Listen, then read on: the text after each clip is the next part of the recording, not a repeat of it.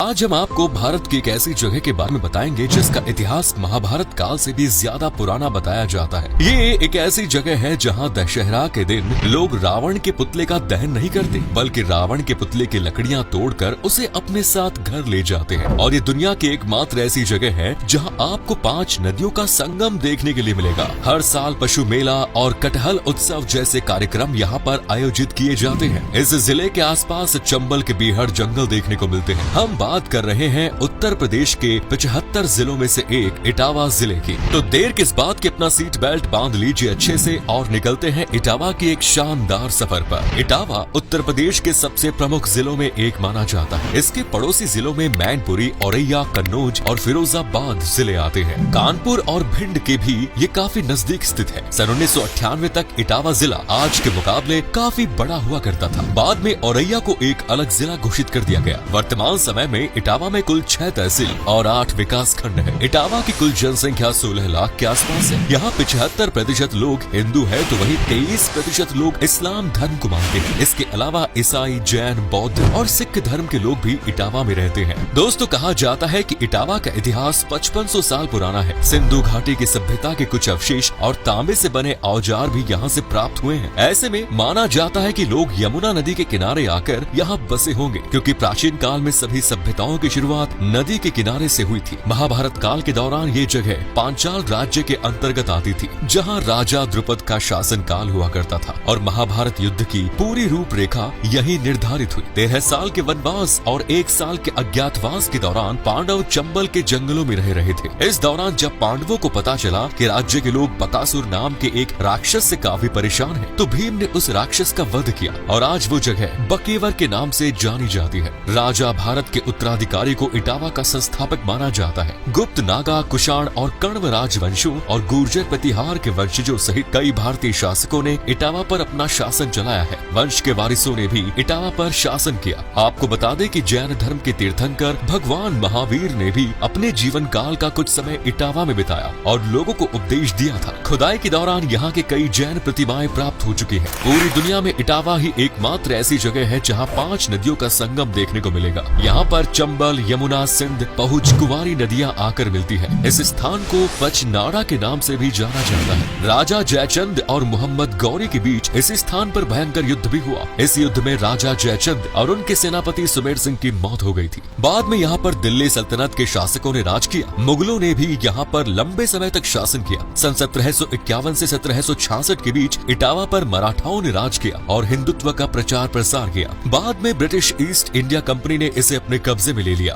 दोस्तों, सन 1857 के विद्रोह के बारे में तो आपने सुना ही होगा, जब देश कोने कोने से अंग्रेजों के खिलाफ आम लोगों ने बगावत के सुर छेड़ दिए। इटावा में भी अंग्रेजों का जमकर विरोध हुआ और अंग्रेजों को अपनी जान बचाने के लिए यहाँ से बाहर भागना पड़ा। उस समय A.O. ह्यूम ने सिर पर पगड़ी और बदन पर साड़ी पहनकर अपनी जान बचाई और यहाँ से रफू चक्कर हो गया। बाद में A.O. ह्यूम ने ही सन 1885 में कांग्रेस की स्थापना की। इटावा का नाम इटावा कैसे पड़ा, इस बारे में भी अलग अलग बातें प्रचलित हैं। कुछ लोगों का कहना है कि पहले के समय यहाँ पर ईंटों का कारोबार काफी बड़े पैमाने पर किया जाता था और तभी इस जगह का नाम इटावा रखा गया। वहीं कुछ लोगों का कहना है कि राजा सुमेर सिंह जब यहाँ पर एक किले का निर्माण करा रहे थे, तो खुदाई के दौरान उन्हें कुछ चांदी और सोने की ईंटें मिली और तभी से इस जगह को इटावा कहा जाने लगा। लेकिन इतिहासकारों की माने तो पहले इस जगह को ईस्ट पद के नाम से जाना जाता था। समय के चलते धीरे धीरे ये नाम बदलकर इस जगह का नाम इटावा पड़ गया। आज पूरा देश तेजी से तरक्की कर रहा है और लोग शहरों की ओर रुख कर रहे हैं, लेकिन इटावा की सिर्फ 25% आबादी ही शहरों में रहती है। वहीं 75% लोग ग्रामीण क्षेत्रों में ही निवास करते हैं। इटावा की अर्थव्यवस्था कृषि पर सबसे ज्यादा आधारित है। यहाँ पर गन्ना, मटर, गेहूं, धान और मक्का का उत्पादन ज्यादा मात्रा में किया जाता है। इसके अलावा कपास और रेशम का उत्पादन भी इटावा में होता है। इटावा की युवा आबादी रोजगार की तलाश में दिल्ली, कानपुर, लखनऊ जैसे शहरों की ओर पलायन को मजबूर है। इटावा में लोग आजकल शिक्षा की ओर भी लगातार ध्यान दे रहे हैं। इटावा का लिटरेसी रेट 78% के आसपास है। कई बड़े कॉलेज और यूनिवर्सिटीज इटावा में खुल गए हैं, जिनमें doctor Bhimrao Ambedkar college of agriculture, engineering and technology,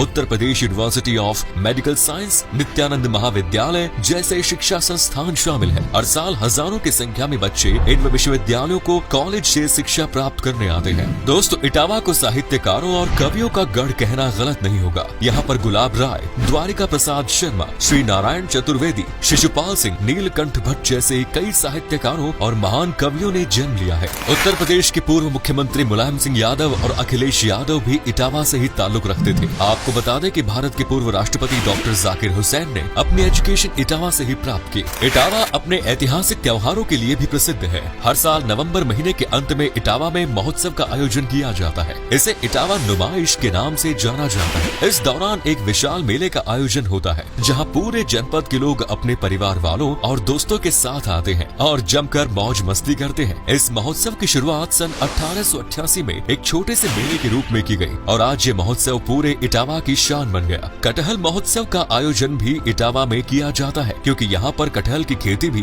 बड़े पैमाने पर की जाती है। इटावा अपने पशु मेले के कारण भी प्रसिद्ध है। सदियों से ये मेला यहाँ पर आयोजित हो रहा है, जिसमें लोग गाय, बैल और अन्य जानवरों को खरीदने बेचने के लिए आते हैं। पहले के समय में दूर दूर से लोग पशु मेले में व्यापार के लिए आते थे। यहाँ की जमुना पारी बकरी की डिमांड भारत के अलावा अन्य देशों में भी है। इस एक बकरी की कीमत 15 से 20 हजार रूपए तक होती है। इटावा के मेलों में हैंडलूम का सामान भी आपको काफी किफायती दामों पर मिल जाएगा। इसके अलावा इटावा में रामलीला का त्योहार भी धूमधाम से सेलिब्रेट किया जाता है। लेकिन यहाँ पर एक बेहद ही अजीब परंपरा देखने को मिलेगी। इटावा के जसवंत नगर नाम की जगह पर एक विशेष रामलीला का आयोजन किया जाता है। इस आयोजन में रावण दहन नहीं होता, बल्कि रावण की आरती की जाती है और आरती के पश्चात रावण का जो पुतला बनाया जाता है उसे लोग अपने हाथों से तोड़ते हैं और पुतले की लकड़ियां अपने घर ले आते हैं। लोगों का मानना है कि रावण के पुतले की लकड़ी घर में रखने से भूत प्रेत और बुरी आत्माओं का साया उनसे दूर रहता है। पिछले 160 सालों से भी ज्यादा समय से इस विशेष रामलीला का आयोजन किया जा रहा है और रामलीला खत्म होने के कुछ दिन पश्चात रावण की तेरहवीं भी यहाँ मनाई जाती है। कुछ साल पहले यूनेस्को ने रामलीला के ऊपर अपनी एक रिपोर्ट पब्लिश की और उसमें भी जसवंत नगर की रामलीला के बारे में लिखा गया। इटावा में आपको हर तरह के पकवान भी खाने को मिल जाएंगे। तरह तरह की चाट से लेकर नॉर्थ इंडियन फूड की तमाम लाजवाब स्वाद आपको मिलेगा। अगर आप इटावा जाए तो यहाँ की घोड़ा चाय जरूर भी 10 से 15 रुपए में आपको ये चाय मिल जाएगी।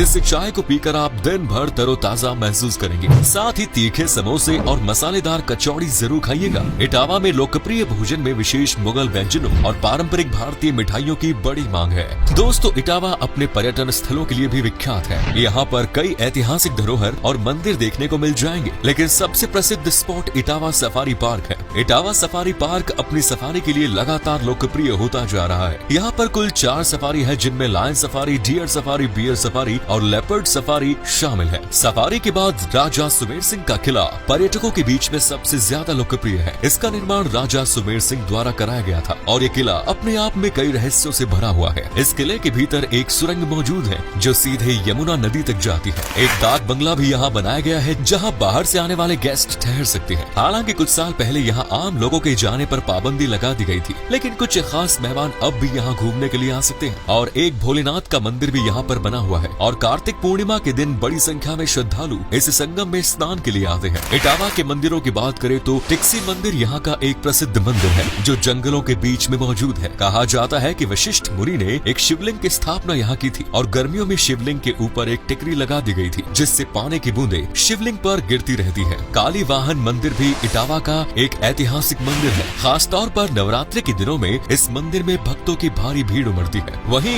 देवी ब्राह्मणी मंदिर का इतिहास 2000 साल पुराना माना जाता है। चैत्र पूर्णिमा के दिन इस मंदिर के आसपास 3 दिवसीय मेले का आयोजन किया जाता है। श्री पीलुआ महावीर मंदिर बजरंगबली हनुमान जी को समर्पित है। लोगों का मानना है कि इस मंदिर में भगवान हनुमान लड्डू का प्रसाद ग्रहण करते हैं और राम नाम का जप भी करते हैं। हालांकि इन बातों में कितनी सच्चाई है ये तो आपको मंदिर जाकर ही पता चलेगा। आप चाहे भारत के किसी भी कोने में रहते हो, इटावा तक आसानी से पहुंच सकते हैं। भारत के सभी बड़े शहरों और राज्यों से इटावा की सीधी ट्रेन आपको मिल जाएगी। इसके अलावा बस और सड़क मार्ग के जरिए भी आप इटावा तक पहुंच सकते हैं। अगर आप हवाई जहाज के जरिए इटावा आना चाहते हैं तो आपको कानपुर एयरपोर्ट आना होगा। हालांकि आगरा एयरपोर्ट और लखनऊ एयरपोर्ट के जरिए भी आप इटावा तक पहुंच सकते हैं। इटावा घूमने का सबसे अच्छा समय अक्टूबर से मार्च के बीच माना जाता है, क्योंकि गर्मियों के दौरान यहाँ पर भयंकर गर्मी पड़ती है। इटावा घूमने के लिए 2 से 3 दिन में आपको लगभग 12,000 खर्च करने पड़ेंगे। तो दोस्तों, ये था इटावा। कैसा लगा बताइए कमेंट्स में। क्या आपने कभी विजिट की है इटावा की? अगर की है तो अपना एक्सपीरियंस हमारे साथ शेयर जरूर करें।